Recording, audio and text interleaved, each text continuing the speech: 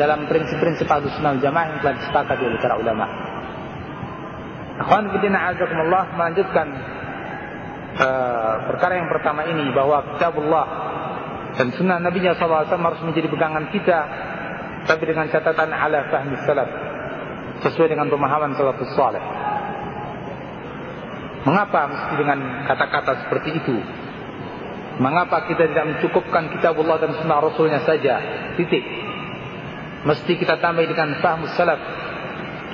Nah, ini sesungguhnya jangan kita mengingkari dulu kalau kita baru pertama mendengarnya, ya. Kita perlu tahu, ikhwan fillah azakumullah, bahwa pemahaman salafus saleh itu merupakan pemahaman yang murni, pemahaman yang bersih fil jumlah, secara global, terhadap kitabullah dan sunnah Rasulnya. Sehingga dalam ayat-ayat Al-Quran dan sunnah Nabi SAW, Allah perintahkan untuk kita mengikuti apa yang mereka pahami dalam kitab beragama ini. Sebelumnya siapa sih as-salafus salih?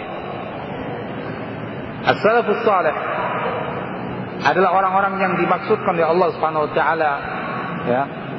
Di antaranya dalam surat At-Taubah ayat yang ke-100. Allah berfirman, "Was-sabiquna al-awwaluna minal muhajirin wal ansar walladzina ittaba'uuhum bi ihsan radhiyallahu anhum wa radu an." As-sabiquna al-awwalun, para pendahulu yang pertama dari kalangan muhajirin dan ansar, dan orang-orang yang mengikuti mereka dengan baik. Nah, mereka para sahabat, para tabi'in, itulah yang disebut dengan salafus saleh. Orang-orang yang Allah puji dalam ayat ini, yang Allah katakan radhiyallahu anhum wa radu an. Allah ridha terhadap mereka dan mereka pun ridha terhadap Allah. Wa a'adda lahum jannatin tajri tahtaha al-anhar. Allah siapkan untuk mereka jannah yang mengalir di bawahnya sungai-sungai. Juga yang disebut oleh Nabi SAW dalam hadis yang diriwayatkan oleh Bukhari dan Muslim dalam riwayat Ibn Mas'ud radhiyallahu an, Nabi bersabda, "Khairun nas qarni." Sebaik-baik manusia adalah generasiku. Tsummal ladzina yalunahum, kemudian yang setelah mereka. Tsummal ladzina yalunahum, kemudian yang setelah mereka. Tsumma yaji'u aqwamun, kemudian datang setelah mereka itu kaum-kaum, tasbiqu syahadatu ahadihim yaminahu, persaksian mereka mendahului sumpahnya, wa yaminuhu syahadatahu, dan sumpahnya mendahului persaksian mereka. Riwayat Bukhari dan Muslim. Dalam hadis ini Nabi SAW memberikan ta'dil, ya. Nabi SAW memberikan pujian kepada golongan-golongan yang disebut oleh Nabi di sini. Nabi katakan khairun nas, sebaik-baik manusia. Sebaik-baik manusia siapa itu? Qarni, mereka itu adalah golonganku. Tsummal ladzina yalunahum, golonganku yakni Nabi dan para sahabatnya, ya, generasi Nabi SAW. Tsummal ladzina yalunahum, kemudian yang setelah mereka, para tabi'in yang mengikuti jejak para sahabat Nabi. Tsummal ladzina yalunahum, dan yang setelah mereka lagi, para tabi'ut tabi'in. Ini adalah 3 generasi yang telah dipuji oleh Nabi SAW dan dikatakan khairun nas, sebaik-baik manusia. Kita akan lihat nanti keterangan dari Ibnu Qayyim rahimahullah bahwa kebaikan di sini menyeluruh dalam segala hal. Kemudian datang setelah mereka orang-orang yang dikatakan oleh Nabi persaksiannya mendahului sumpahnya, atau sumpahnya mendahului persaksian mereka. Ini adalah sesungguhnya menunjukkan sifat tercela pada orang-orang yang gampang bersumpah, gampang bersaksi, ya. Dan mereka menganggap perkara itu perkara yang ringan. Dulu para tabi'in rahimahumullah menceritakan bagaimana pendidikan ayah-ayah mereka terhadap mereka. Sampai di antara mereka mengatakan, kita ini dulu suka dipukul oleh orang tua kita karena persaksian.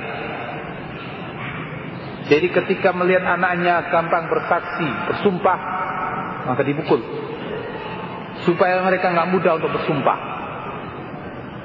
Jadi seorang yang gampang bersumpah tanpa kebutuhan, ya, ini sesuatu yang tercela. Nah, ini datang setelah mereka orang-orang yang seperti itu. Ala kulli hal, yang menjadi pembahasan kita di dalam hadis ini, bahwa di sana ada 3 golongan atau 3 generasi, ya, yang dipuji oleh Nabi SAW, dan itulah yang disebut dengan as-salafus salih. Mereka lah yang harus kita ikuti pemahamannya di dalam agama ini. Mereka lah yang harus kita jadikan patokan di dalam kita menimbang, ya, mana yang benar dalam perkara-perkara yang diperselisihkan. Mengapa demikian? Karena Allah SWT memerintahkan seperti itu. Karena Allah SWT menyatakan bahwa mereka adalah orang-orang yang harus kita ikuti jalannya. Demikian ini akan saya sebutkan beberapa ayat Al-Quran yang menunjukkan bahwa pemahaman mereka itu juga hujjah. Pemahaman para as-salafus salih adalah hujjah yang harus kita ikuti. Di antaranya adalah surat Al-Fatihah, ya. Dalam surat Al-Fatihah ini menunjukkan demikian. Allah Subhanahu wa taala berfirman, ayat yang semuanya kita menghafalnya, ihdinas siratal mustaqim, siratal ladzina an'amta 'alaihim. Ya Allah, berikan petunjuk kepada kami as-siratal mustaqim, jalan yang lurus.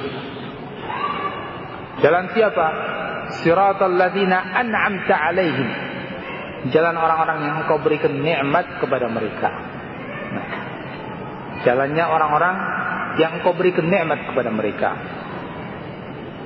Ikhwan fillah azakumullah, Ibnul Qayyim rahimahullah menerangkan ayat ini di dalam kitabnya I'lamul Muwaqqi'in. Dan sebelumnya Ibnul Qayyim rahimahullah dalam kitab tersebut membuat pasal tersendiri untuk menunjukkan bahwa pemahaman para salafus salih, pemahaman para sahabat dan yang mengikuti mereka, ini merupakan hujjah, ya, merupakan sesuatu yang harus kita ikuti, yang harus kita teladani, yang harus kita jadikan patokan. Dalam kitab tersebut Ibnu Qayyim rahimahullah mengungkapkan kandungan ayat yang tadi kita baca. Kata beliau, wajhud dalalah anna al-bara'ata min subul al-maghdub 'alaihim adh-dhalin fil i'tiqad wal ibadat was siyasah wal akhlaq wal ibadat syartun lil bara'ah min al-'adab wal ghadab wal dhalal. Kita perhatikan bahwa berlepas dirinya kita dari jalannya orang-orang yang Allah murkai dan orang-orang yang sesat di dalam perkara keyakinan, i'tiqad atau ibadah atau siasat atau akhlak, merupakan syarat selamatnya kita dari azab Allah, kemurkaan Allah dan kesesatan. Ya. Sekali lagi bahwa berlepas dirinya kita dari jalan orang-orang yang Allah murkai dan orang-orang yang sesat dalam perkara keyakinan, ibadah, akhlak dan siasat merupakan syarat keselamatan kita dari azab Allah, murkanya dan dari kesesatan. Wa anna hadhihi al-bara'ah takunu bi ittiba'i siratil as-sabiqin al-adilla 'ala at-tariq. Dan berlepas dirinya kita dari jalan mereka itu dengan cara kita mengikuti as-sabiqin al-adilla 'ala at-tariq, orang-orang pendahulu kita yang menunjuk kita kepada jalan yang benar.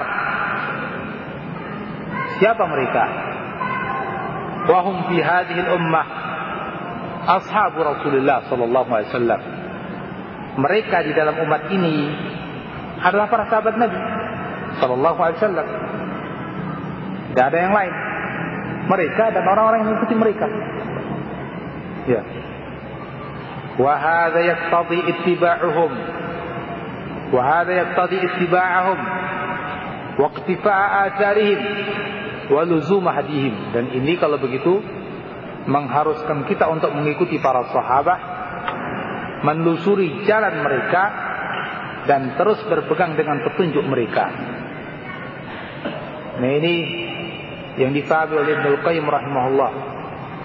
Jadi kalau begitu ayat ini surat Al-Fatihah ya menunjukkan kepada kita tentang keharusan kita untuk mengikuti jalannya para sahabat. Bahkan itu merupakan ittiba' siratul mustaqim. Dan itulah cara untuk kita berlepas diri dari al-maghdub alaihim dan adh-dhalin. Yang kita minta kepada Allah supaya kita selamat dari jalan mereka. Ayat yang lain dalam surat An-Nisa ayat yang ke-115 Allah Subhanahu wa taala berfirman, "Wa may yushaqiqir rasula min ba'di ma tabayyana lahul huda wa yattabi' ghayra sabilil mu'minin nuwallihi ma tawalla wa nuslihi jahannam wa sa'at masira."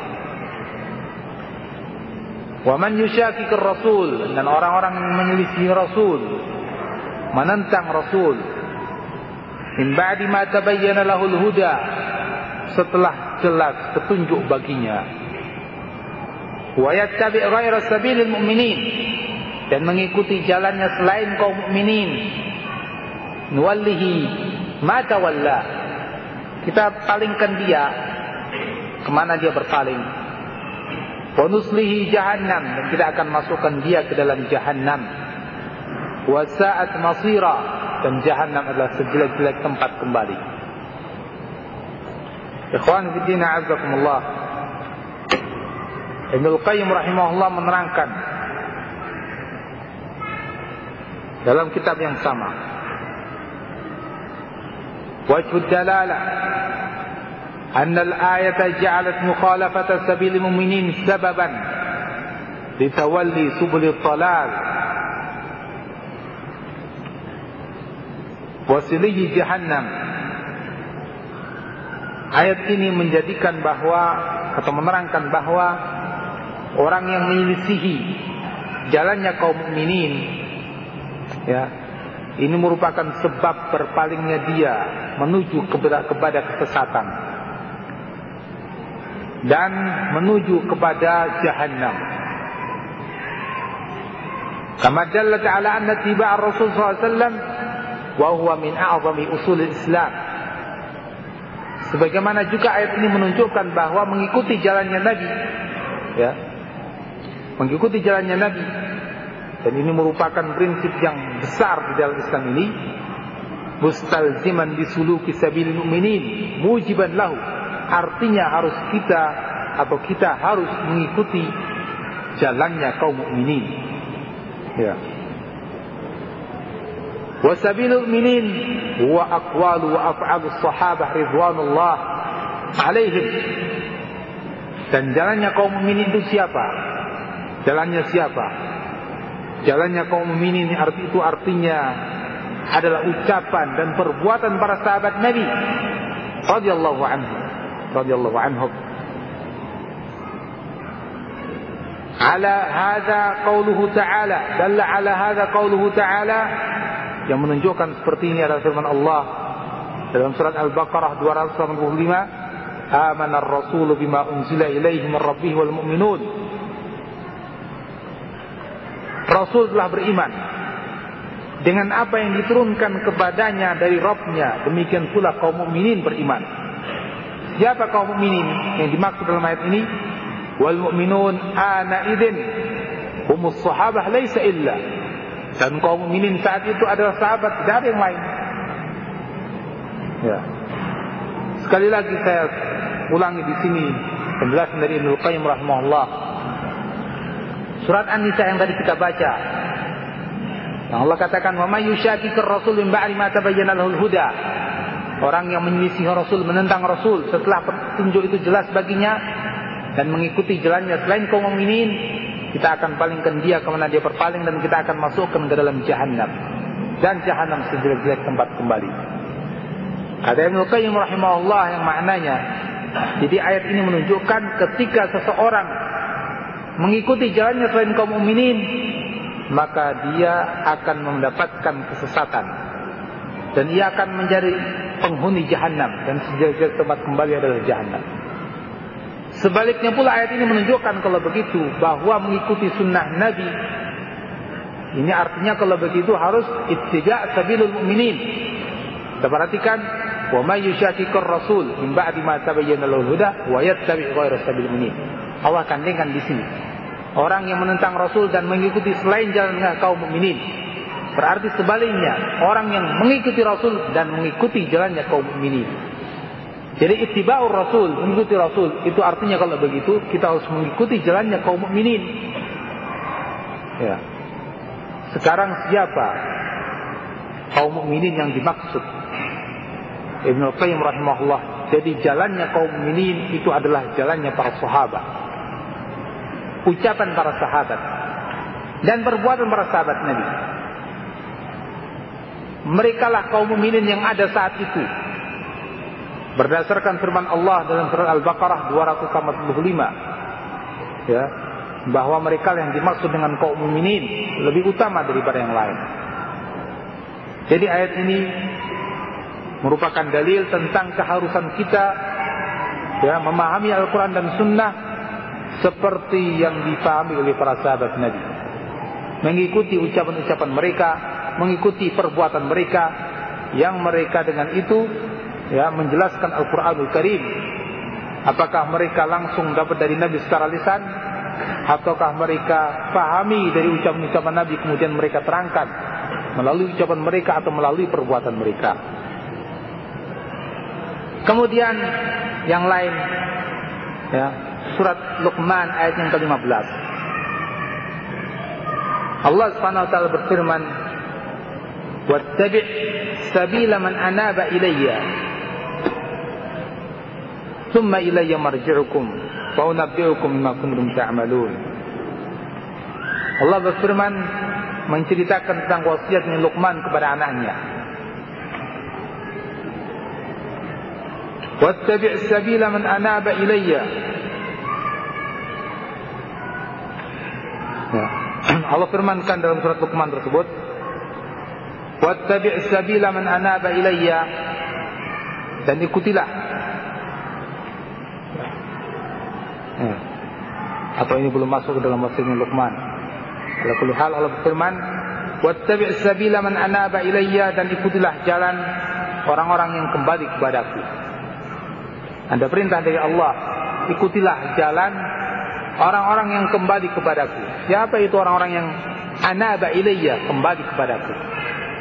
Ibnu Qayyim terangkan, qala rahimahullah, "Wa kullun minas sahabati munibun ila Allah."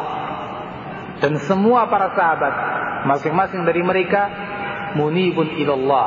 Mereka adalah orang-orang yang kembali kepada Allah. Jadi man anaba ilayya, orang-orang yang kembali kepadaku, ini para sahabat Nabi SAW. Mereka paling berhak mendapatkan sifat ini, orang yang kembali kepada Allah. Jadi kalau begitu, fayajibu ittiba'u sabilihi. Wajib kalau begitu kita mengikuti jalannya para sahabat berdasarkan perintah Allah, wattabi', dan ikutilah jalan orang yang kembali kepadaku. Wa aqwaluhu wa i'tiqadatuhu min akbari sabilihi. Dan ucapan para sahabat, keyakinan para sahabat, ini adalah jalan para sahabat Nabi SAW. Sehingga ketika kita disuruh mengikuti jalan mereka, artinya kita ikuti keyakinan-keyakinan mereka, kita ikuti ucapan-ucapan mereka, ridwanullah alaihim jami'an. Dan banyak lagi ayat-ayat yang lain. Ibnu Qayyim rahimahullah sampai belasan ayat menyebutkan, ya, dalam kitab tersebut, dan beliau terangkan secara rinci sisi yang menunjukkan bahwa pemahaman para sahabat itu merupakan hujjah yang harus kita ikuti dalam kita memahami agama ini, dalam kita memahami Al-Quran dan Sunnah Nabi Sallallahu Alaihi Wasallam. Kemudian dari Sunnah Nabi Sallallahu Alaihi Wasallam, dari hadis Nabi adalah hadis yang tadi kita baca. Ya. Nabi katakan khairun nas qarni dan seterusnya. Sebaik-baik manusia adalah generasiku. Kemudian yalunahum, kemudian yang setelah mereka, kemudian yang setelah mereka. Ibnu Qayyim rahimahullah mengatakan, menerangkan hadis ini, fa akhbara an-nabiy sallallahu alaihi wasallam anna khairal qurun qarnuhu mutlaqan. Nabi sallallahu alaihi wasallam mengkabarkan bahwa sebaik-baik generasi adalah generasi beliau. Ya, mutlaqan, secara mutlak. Dan pujian yang semacam ini yang Nabi sebut bahwa mereka adalah mendapatkan khairiyah, kebaikan. Wa dzalika yaqtadi taqdimuhum atau taqdimahum fi kulli babin min abwabil khair. Ini mengharuskan untuk mereka itu selalu dikedepankan, selalu diutamakan fi kulli babin min abwabil khair, dalam segala urusan kebaikan seluruhnya. Wa illa law kanu khairan fi ba'dil wujuh lam yakunu khairal qurun mutlaqan. Seandainya mereka itu tidak mendapatkan kebaikan dari atau dalam seluruh sisi kebaikan, maka mereka bukan sebaik-baik umat, kata Ibnu Qayyim rahimahullah. Jadi ucapan Nabi khairun nas, sebaik-baik manusia, ini bahwa kalau begitu mereka sebaik-baik manusia dalam segala urusan. Ya, kalau mereka hanya baik dalam sebagian urusan, mereka bukan khairul qurun, bukan sebaik-baik manusia, bukan sebaik-baik generasi. Kalau begitu, kebaikan ini mencakup kebaikan dalam amalan, kebaikan dalam pemahaman, kebaikan dalam dakwah, kebaikan dalam ilmu. Nah, kalau pemahaman mereka itu sebaik-baik pemahaman, maka tidak ada lain bagi kita kecuali harus mengikuti pemahaman mereka, pemahaman yang terbaik. Nah, inilah sisi pendalilan dari hadis ini. Ya, jadi kalau begitu seperti kata Ibnu Qayyim, hadis ini menunjukkan kepada kita bahwa mereka kalau begitu harus kita utamakan dalam segala hal. Nah, dari perkara-perkara kebaikan, terutama dalam kita menelusuri agama ini, dalam kita memahami kitab dan sunnah. Kalau begitu kita harus lebih dahulukan pemahaman mereka, lebih dahulukan keyakinan mereka daripada yang lain. Nah, inilah yang dimaksud dengan memahami kitab dan sunnah sesuai dengan pemahaman salafus salih radhiyallahu alaihim jami'an. Ikhwan fillah azakumullah, kita nukilkan di sini ucapan Ibnu Mas'ud radhiyallahu anhu. Ibnu Mas'ud radhiyallahu anhu mengatakan, Inna Allah nazara ila qulubil ibad. Allah Subhanahu wa taala melihat hati-hati manusia. Fawajada qalba Muhammadin khaira qulub. Maka Allah Subhanahu wa taala dapati kalbu Muhammad sallallahu alaihi wasallam, Nabi Muhammad sallallahu alaihi wasallam, khaira qulub. Kalbunya Nabi Muhammad adalah sebaik-baik kalbu. Fastafahu li nafsihi wabta'atahu bi risalati. Maka Allah utus Nabi Muhammad sebagai rasulnya. Allah pilih di antara manusia yang ada dan Allah utus sebagai rasulnya.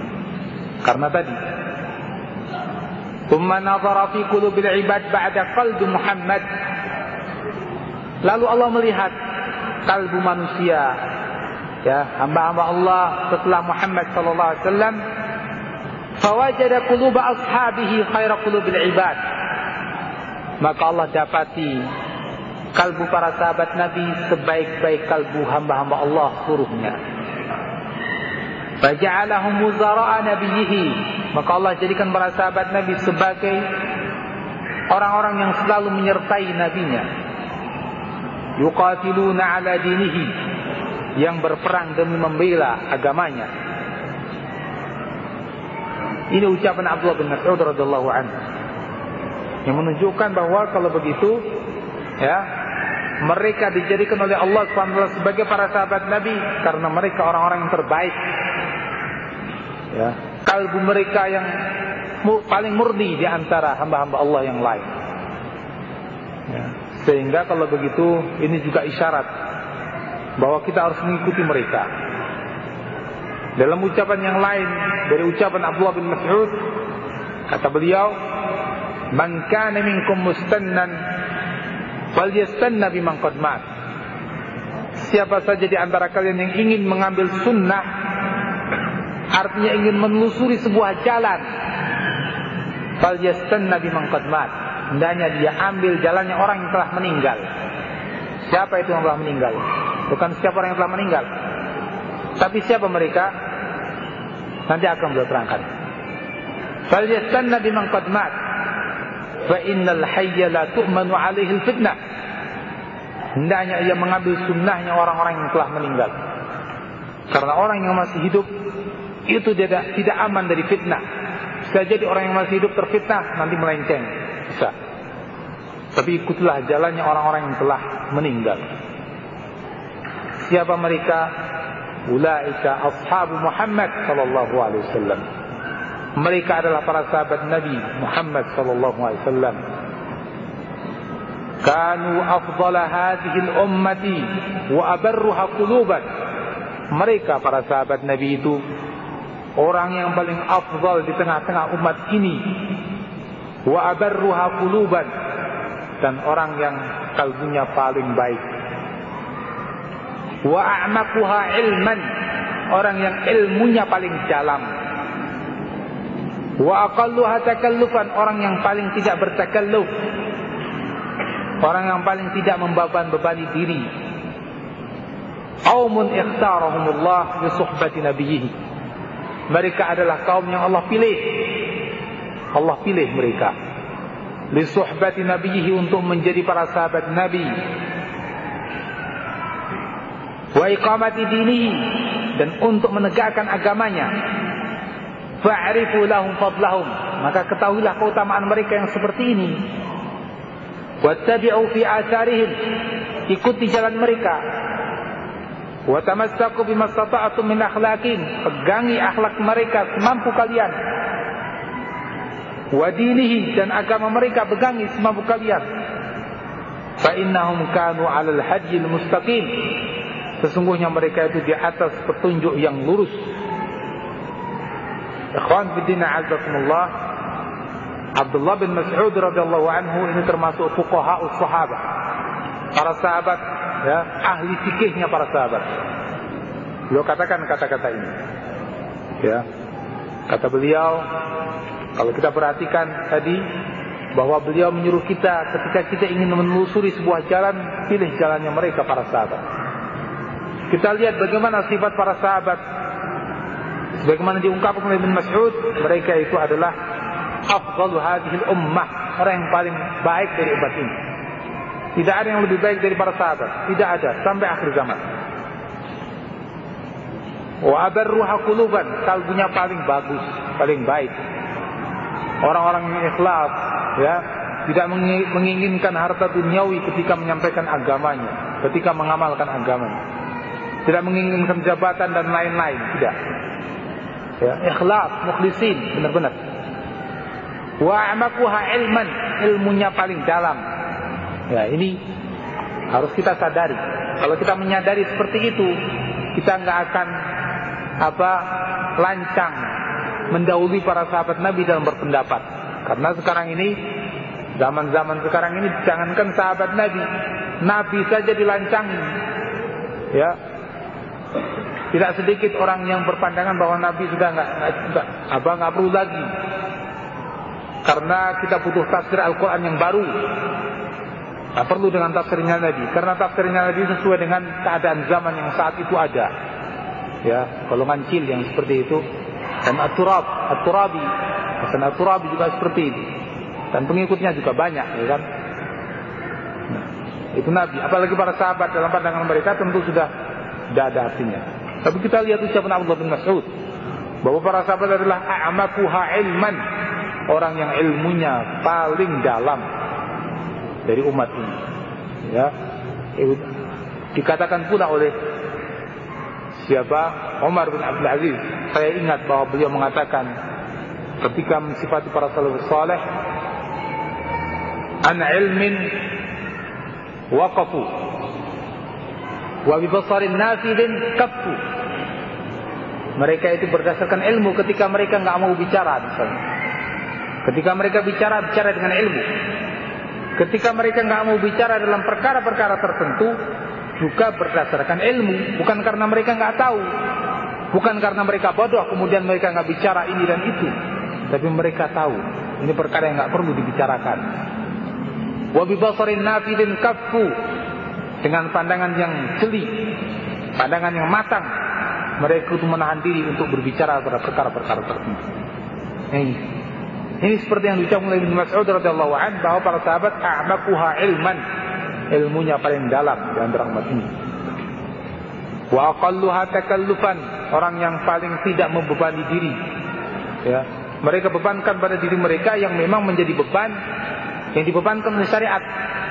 Dia seperti golongan orang-orang yang membebani diri sesuatu yang dibebankan oleh syariat, tidak. Ya, sehingga ketika mereka menyampaikan kepada orang bukan untuk membebani orang, tidak, tapi ini memang murni dari syariat. Mereka adalah orang yang dipilih oleh Allah, kata Ibnu Mas'ud, ikhtarahumullah. Jadi mereka jadi para sahabat itu bukan kebetulan mereka jadi sahabat Nabi, bukan. Tapi mereka orang yang Allah pilih, pilihan Allah untuk menjadi para sahabat Nabi. Wa iqamati dinihi, dan orang yang Allah pilih untuk menegakkan agama ini. Maka wasiat Ibnu Mas'ud terakhir, ittabi'u fi atharihim, ketahui keutamaan mereka. I'rifu fadlahum, ketahui ini keutamaan mereka yang seperti itu. Jangan seperti orang-orang yang enggak tahu keutamaan para sahabat. Ketahui keutamaan mereka yang seperti itu. Wattabi'u atharahum wa tamassaku bima stata'tum min akhlaqihim. Ikuti jejak mereka, termasuk dalam kita memahami agama ini tentu yang paling penting. Ya, memahami kitab Allah dan sunnah Rasulnya, ikuti jejak mereka. Pegang teguh semampu kalian akhlak mereka, dalam berakhlak ikuti mereka. Wa dinihim, dan dalam beragama ini. Kemudian kata Ibnu Mas'ud, fa innahum kanu 'alal hadil mustaqim, mereka itu di atas petunjuk yang lurus. Ya, di atas petunjuk yang lurus, tidak melenceng, tidak sesat. Mereka itu 'alal hadil mustaqim. Al-Imam Ahmad rahimahullah dalam akidahnya juga menyebutkan usulus sunnah indana, prinsip-prinsip sunnah menurut kita adalah at-tamassuk bima kana alaihi ashabu Rasulullah, berpegang teguh dengan apa yang ada padanya para sahabat Nabi SAW. Ini di antara awal yang pertama disebutkan oleh Imam Ahmad ketika menyebutkan usulus sunnah, prinsip-prinsip sunnah dalam akidah beliau yang disebutkan dalam usul i'tiqad ahli sunnah, secara usul i'tiqad ahli sunnah karya Al-Lalakai. Di antara yang pertama disebutkan ini usulus sunnah indana, prinsip-prinsip sunnah menurut kami. Yang pertama adalah at-tamassuk bima kana alaihi ashabu Rasulullah, berpegang teguh dengan apa yang ada padanya para sahabat Nabi sallallahu alaihi wasallam, wal iqtida' bihim, dan mengikuti mereka. Jadi dengan keterangan yang sedikit tadi, ya, para ulama menerangkan panjang lebar. Nah, apa yang kita sebutkan ini sedikit sekali. Itu sudah cukup insyaallah bagi kita untuk mengetahui bahwa kita dalam memahami kitab dan sunnah tidak boleh lepas daripada prinsip ini. Mana kalau orang lepas daripada prinsip ini, tidak ada lain kecuali seperti yang Allah ancamkan, walihi ma tawalla, biar dia berpaling ke mana berpaling, dan akhirnya nuslihi jahannam, kita masukkan ke dalam jahannam. Ya. Tapi kalau dia ikuti ini, maka dia akan selamat daripada itu, akan selamat daripada kesesatan. Orang yang mengikuti ini akan dapat siratul mustaqim. Sebaliknya yang tidak mengikuti ini akan mendapatkan kesesatan, ya, jalannya orang-orang yang Allah murkai dan jalannya orang-orang yang sesat. Salah satu kisah yang disebutkan dalam masalah ini, satu hal yang mungkin sebagai bentuk konkret ya yang disebutkan oleh para ulama adalah kisah Al-Imam Ahmad rahimahullah ketika beliau mempraktekkan prinsip ini. Kita tahu bahwa Imam Ahmad rahimahullah mengalami masa mihnah. Ya, beliau diuji, beliau disiksa karena beliau berpegang dengan akidah Ahlussunnah wal Jamaah yang saat itu diserang dengan begitu keras dan begitu kuat oleh orang-orang Mu'tazilah, bukan melalui ceramah, ya, bukan melalui tulisan, tapi melalui tangan penguasa. Akidah Ahlussunnah wal Jamaah yaitu Al-Quran kalamullah, bukan makhluk. Saat itu mengalami serangan yang begitu gencar dari orang-orang Mu'tazilah dengan tangan besi. Al-Imam Ahmad rahimahullah salah satu korban daripada mihnah ini.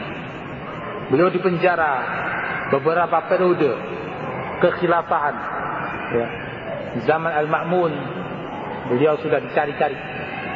Zaman Al-Mu'tasim billah ya juga dipenjara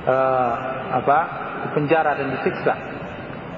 Kemudian zamannya Al-Wasiq juga seperti itu. Setelah zamannya Al-Mutawakkil 'ala Allah, di masa itu Al-Imam Ahmad rahimahullah dipanggil oleh khalifah Al-Muhtadi.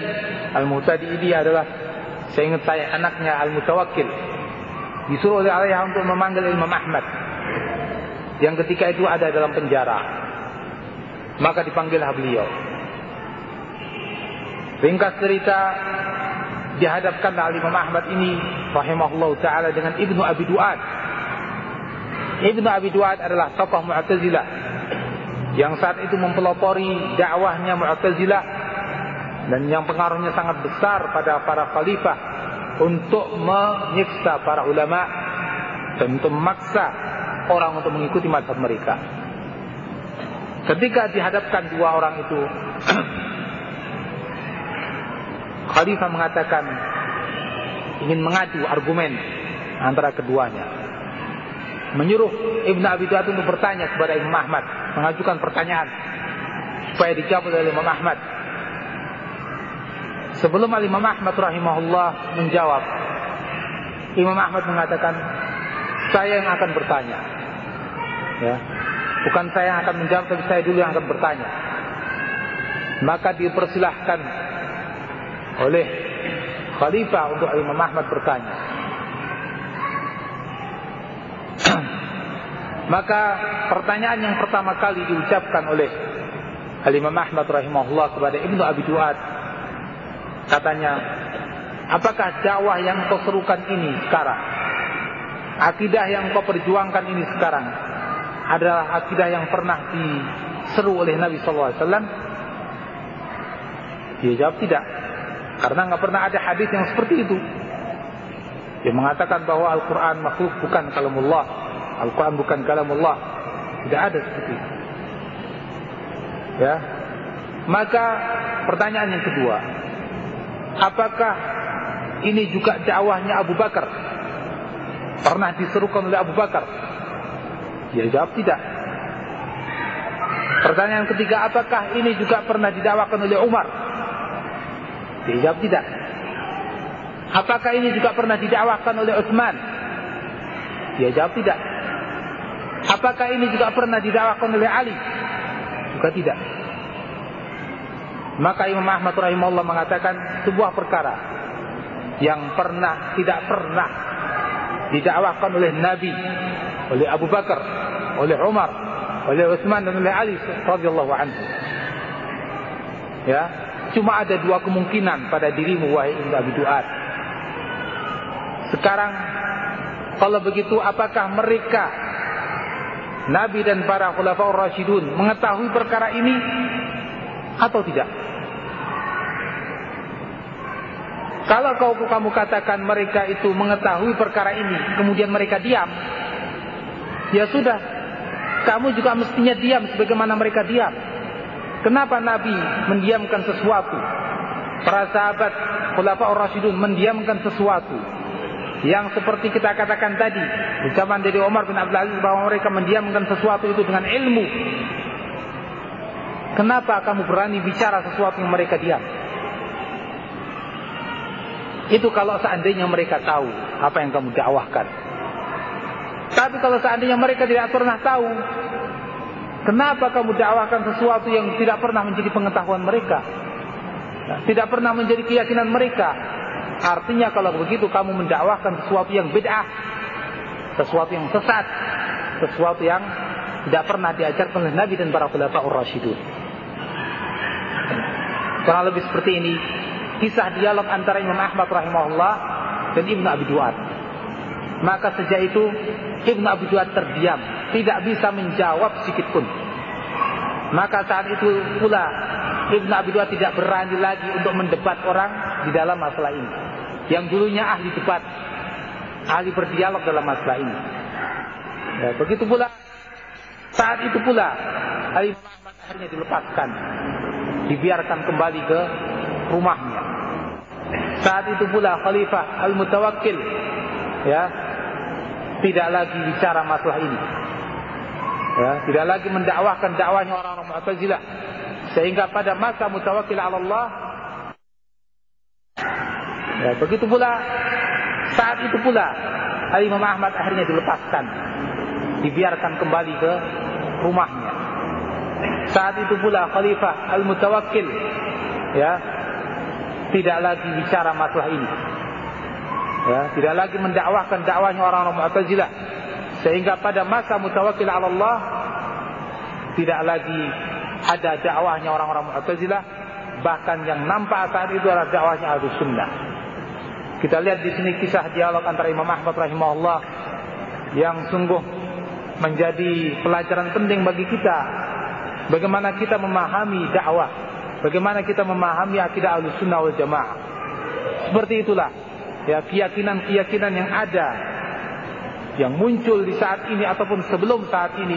Kita lihat apakah keyakinan-keyakinan seperti itu menjadi keyakinan para sahabat, ya, atau tidak.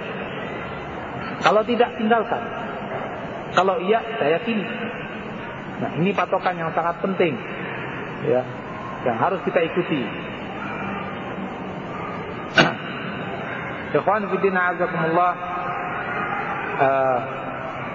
Sebaliknya juga para ulama rahimahumullah mencontohkan sebuah contoh dalam masalah ini. Ketika seseorang tidak mengikuti sunnah Nabi, maka dia sesat. Ya, di zaman ini misalnya, kalau itu contoh di zaman Imam Ahmad rahimahullah. Di zaman ini, contoh yang sering disebutkan oleh Syekh Al-Albani rahimahullah dalam kaset-kasetnya misalnya, adalah kelompok Al-Qadianiyah, yang lebih dikenal di negeri kita ini dengan kelompok Ahmadiyah.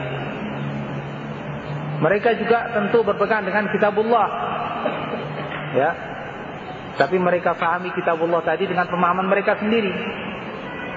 Contohnya dalam surat Al-Ahzab ayat yang ke-40. Surat Al-Ahzab ayat yang ke-40. Allah SWT berfirman, "Ma kana Muhammadun aba ahadin min rijalikum, walakin Rasulullah wa khataman nabiyyin." Bukanlah Muhammad adalah ayah salah seorang di antara orang laki-laki di antara kalian. Akan tetapi beliau adalah Rasulullah, utusan Allah, dan penutup para nabi, khatamun nabiyyin. Kita artikan penutup para nabi. Nah, begitulah difahami oleh Nabi sendiri dan para sahabatnya dan ulama kaum muslimin. Tiba-tiba muncul kelompok Ahmadiyah ini. Mereka membaca ayat ini dan meyakininya. Tapi apa yang mereka tafsirkan pada kata-kata khataman nabiyyin, penutup para nabi? Menurut mereka bahwa khatam di sini bukan artinya penutup, tapi di sini adalah cincin. Ya. Cincin dalam bahasa Arabnya khatam. Jadi akan tetapi Nabi Muhammad adalah Rasulullah dan cincinnya para nabi. Artinya ini hiasannya para nabi. Nabi Muhammad adalah hiasannya para nabi. Kalau orang nggak punya latar belakang yang kuat dalam masalah agama, barangkali akan mengiya-iyakan tafsirnya Ahmadiyah. Benar, Nabi itu orang yang paling utama di antara para nabi. Sehingga kalau Nabi dikatakan cincinnya para nabi, hiasannya para nabi, benar, ini pujian buat Nabi. Tapi sungguhnya mereka di balik tafsir ini menginginkan sesuatu yang lain. Mereka dengan tafsiran seperti ini ingin menunjukkan bahwa tidak ada ayat yang menunjukkan bahwa Nabi sebagai penutup para nabi. Kalau Nabi bukan penutup para nabi, maka di sana ada nabi-nabi yang lain. Mungkin muncul nabi selain Nabi Muhammad SAW setelah Nabi. Karena ayat Al-Quran tidak menunjukkan bahwa Nabi sebagai penutup. Khatam di situ artinya sebagai cincin hiasannya para nabi, tidak menutup kemungkinan adanya nabi yang lain. Nah, ini syubhatnya mereka. Dan dari sinilah, atau di antaranya dari sinilah orang-orang Ahmadiyah sesat. Ya, akhirnya mereka meyakini adanya para nabi setelah Nabi Muhammad. Ya, Mirza Ghulam Ahmad muncul pertama kali sebagai pencetus kelompok ini, mengaku dirinya sebagai nabi. Kemudian anaknya, kemudian jadi nabi banyak sekali. Barangkali setiap pimpinan mereka mati, muncul nabi yang lain. Ya, ini akibat daripada tidak memahami ayat sesuai dengan pemahaman salafus saleh. Padahal para salafus saleh ridwanullah alaihim jami'an, nabi dan para sahabatnya memahami bahwa ini artinya penutup para nabi, sehingga tidak ada nabi setelah Nabi Muhammad SAW. Dan itu dipertegas dari tafsiran Nabi itu sendiri. Kita ingat bahwa Nabi sebagai penafsir Al-Quran, dalam hadis Nabi sekian ayat menunjukkan, sekian hadis menunjukkan bahwa beliaulah penutup para nabi. Ya.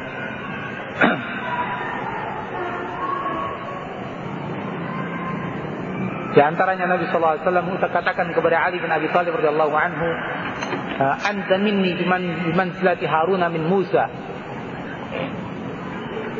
Sesungguhnya engkau wahai Ali, kedudukanmu itu seperti kedudukan Harun terhadap Nabi Musa. Ketika Nabi Muhammad pergi, kemudian Ali disuruh menjaga kota Madinah. Begitu pula itu seperti ketika Nabi Musa pergi, kemudian Nabi Harun ketika Nabi pergi, Nabi menyuruh Ali untuk menjaga kota Madinah.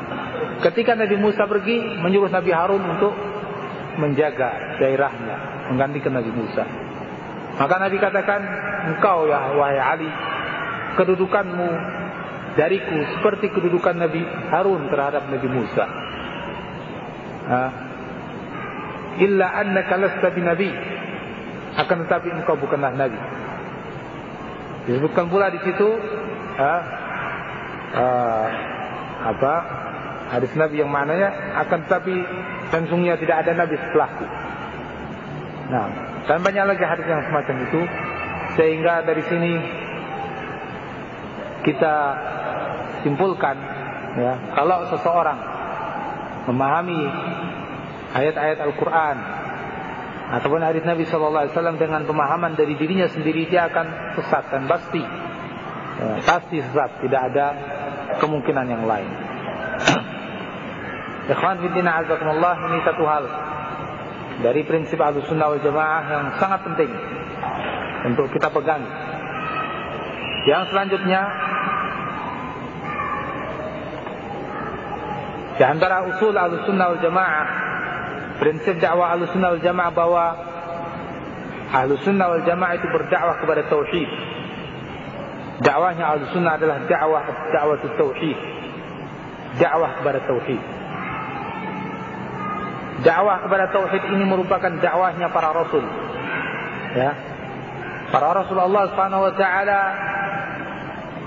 dari awal sampai akhirnya mendakwahkan kepada tauhid. Dan cukuplah sebagai kemuliaan bagi kita untuk mengikuti jalan mereka. Sehingga dakwah kita ini dakwah tauhid. Tidak seperti yang lain. Ya. Banyak dari jamaah-jamaah dakwah yang tidak memberikan bagian yang cukup untuk berdakwah kepada tauhid. Mereka tentu mengakui apa itu tauhid dan meyakini. Tapi banyak di antara mereka yang mengatakan sudah banyak dakwah tauhid. Sudah lama kita